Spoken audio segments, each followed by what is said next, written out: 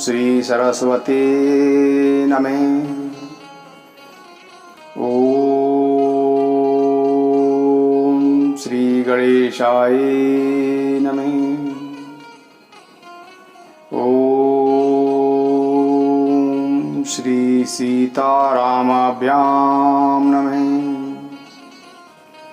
ओम श्री हनुमते नमः। सीता मेरी मात है, पिता मेरे रघुनाथ, इन दोनों के चरणों में प्रणवत बारंबार।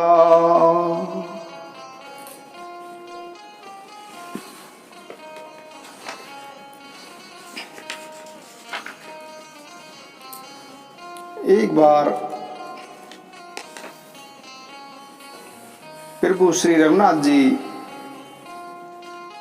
गुरु वशिष्ठ जी ब्राह्मण और अन्य नगरवासियों को सभा में बुलाते हैं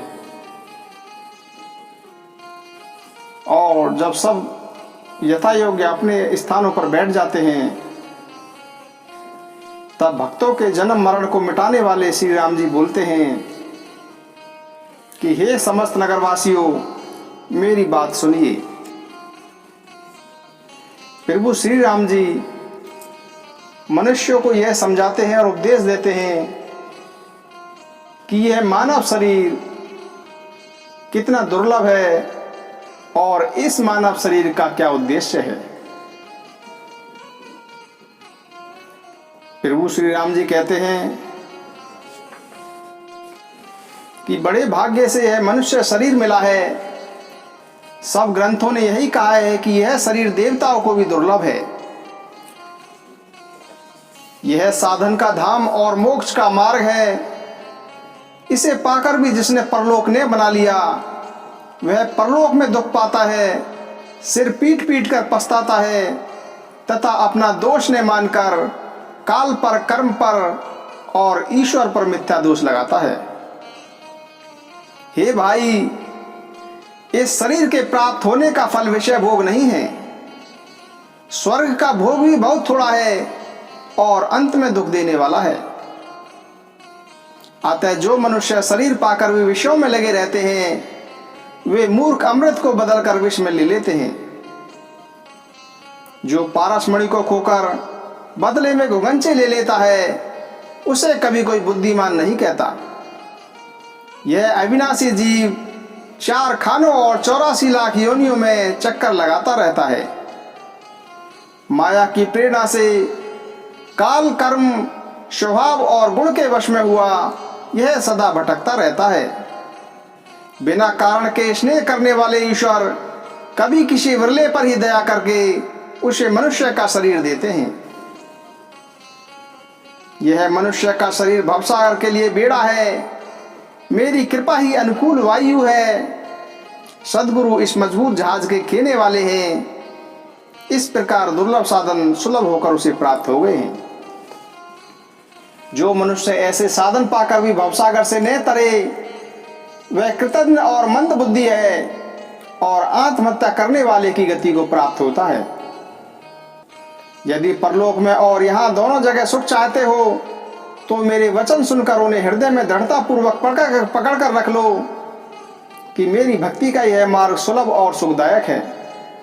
पुराणों और वेदों ने भी इसे गाया है। ज्ञान दुर्गम है और उसकी प्राप्ति में अनेक विघ्न हैं। उसका साधन कठिन है और उसमें मन के लिए कोई आधार नहीं है। अत्यधिक कष्ट उठाकर कोई उसे पा भी लेता है तो वह भक्ति रहित होने से मुझे अत्यधिक प्रिय नहीं होता। भक्ति स्वतंत्र है और सब सुखों की खान है, परंतु सत्संग के बिना प्राणी इसे नहीं पा सकते और बिना पुण्य के सत्संग नहीं मिलते। सत्संगति ही जन्म मरण के चक्रों का अंत करती है। संसार में पुण्य एक ही है, दूसरा नहीं। वह है मन, कर्म और वचन से ब्राह्मणों के चरणों की पूजा करना। जो कपट का त्याग करके ब्राह्मणों की सेवा करता है उस पर मुनि और देवता प्रसन्न रहते हैं। और भी एक गुप्त मत है, मैं उसे सबसे हाथ जोड़कर कहता हूँ कि शिव जी के भजन के बिना मनुष्य मेरी भक्ति नहीं प्राप्त कर सकता। भक्ति मार्ग में कौन सा परिश्रम है? इसमें न योग की आवश्यकता है, न यज्ञ जप तप और न उपवास की। केवल सरल स्वभाव हो, मन में कुटिलता न हो और जो कुछ मिले उसी में संतोष रखे। यदि मेरा दास कहलाकर कोई मनुष्य से आशा करता है, अर्थात भक्त तो मेरा है किंतु असाधारण मनुष्य से लगाता है, अथवा मेरा भरोसा छोड़कर दूसरों पर भरोसा करता है, तुम ही बताओ उसका क्या विश्वास है। हे भाइयों, मैं तो यही कहता हूं कि लोग मुझ पर ही मन से विश्वास करें, न किसी से वैर करें, न लड़ाई झगड़ा करें, न आशा रखें, न डरें। उसके लिए सभी दिशाएं सदा सुखदायी हैं। जो कोई भी फल की इच्छा से कर्म नहीं करता, जिसकी घर में ममता नहीं है, ज्ञानी जो मानहीन, पापहीन और क्रोधहीन है, जो भक्ति करने में निपुण और ज्ञानी है, संत जनों ने सत्संग से जिसे सदा प्रेम है, जिसके मन में स्वर्ग और मुक्ति एक भक्ति के सामने तिनके के समान है, जो भक्ति के पक्ष में हट रखता है और दूसरे के मत का खंडन करने की मूर्खता नहीं करता, तथा जिसने सबको तर्कों को दूर भगा दिया है, जो मेरे गुण के और मेरे नाम के परायण है एवं ममता मद और मोह से रहित है। उसका सुख वही जानता है जो परम आनंद राशि को प्राप्त है। श्री रामचंद्र जी के अमृत के समान वचन सुनकर सबने चरण पकड़ लिए और बोले कि हे कृपा निधान, आप ही हमारे माता पिता, गुरु भाई सब कुछ हैं और प्राणों से भी अधिक प्रिय हैं। हे शरणागत के दुख हरने वाले राम जी, आप ही हमारे शरीर, धन, घर द्वार और सभी प्रकार के हित करने वाले हैं। ऐसी शिक्षा आपके अतिरिक्त कोई नहीं दे सकता। माता पिता भी हितैषी हैं और शिक्षा भी देते हैं, परंतु वे भी स्वार्थपरायण हैं।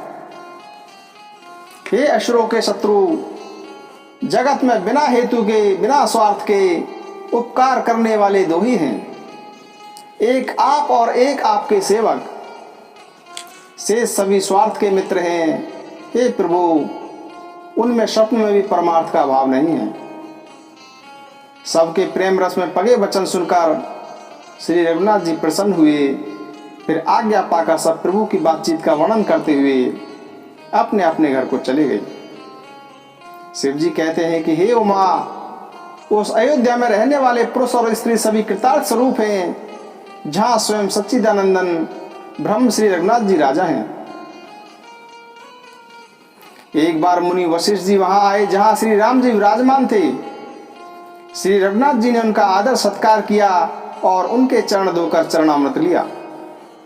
मुनि ने हाथ जोड़कर कहा कि हे कृपा सागर श्री राम जी, मेरी विनती सुनिए। आपके आचरणों को देख देख कर मेरे हृदय में अपार भ्रम होता है। हे भगवान, आपकी महिमा असीम है, वेद भी उसे नहीं जानते, फिर मैं किस प्रकार कह सकता हूँ। पुरोहिताई का धंधा अत्यंत निकृष्ट है। वेद, पुराण और स्मृति कभी इसकी निंदा करते हैं, सभी इसकी निंदा करते हैं। वह जब मैं नहीं करता था तब ब्रह्मा जी ने मुझे कहा था कि हे पुत्र, इससे तुम आगे चलकर बहुत लाभ होगा। स्वयं ब्रह्म परमात्मा मनुष्य रूप धारण कर रघुकुल में राजा होंगे। तब मैंने हृदय में विचार किया कि जिसके लिए योग, यज्ञ, व्रत और दान दिए जाते हैं, उसे मैं इसी कर्म से पा जाऊंगा।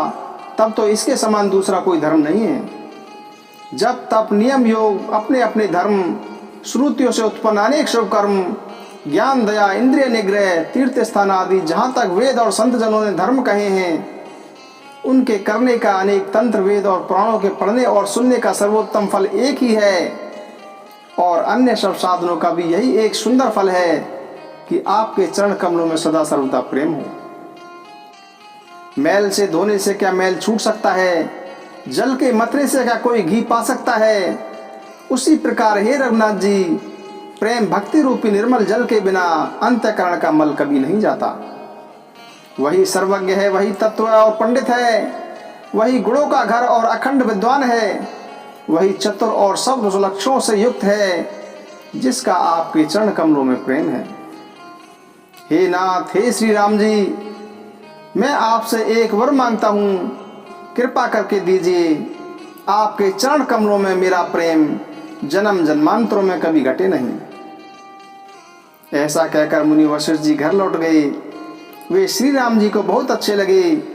तब सेवकों को सुख देने वाले श्री राम जी ने हनुमान जी तथा भरत जी आदि भाइयों को साथ लिया और विश्राम के लिए चल दिए। मंगले भवन अमंगल हारे, द्रवशु दशरथ अजरे बिहारी। राम सिया राम जय जय राम। राम सिया राम जय जय राम।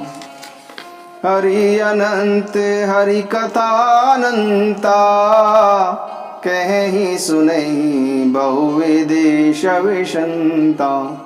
राम सिया राम जय जय राम। जय श्री राम, जय श्री कृष्ण।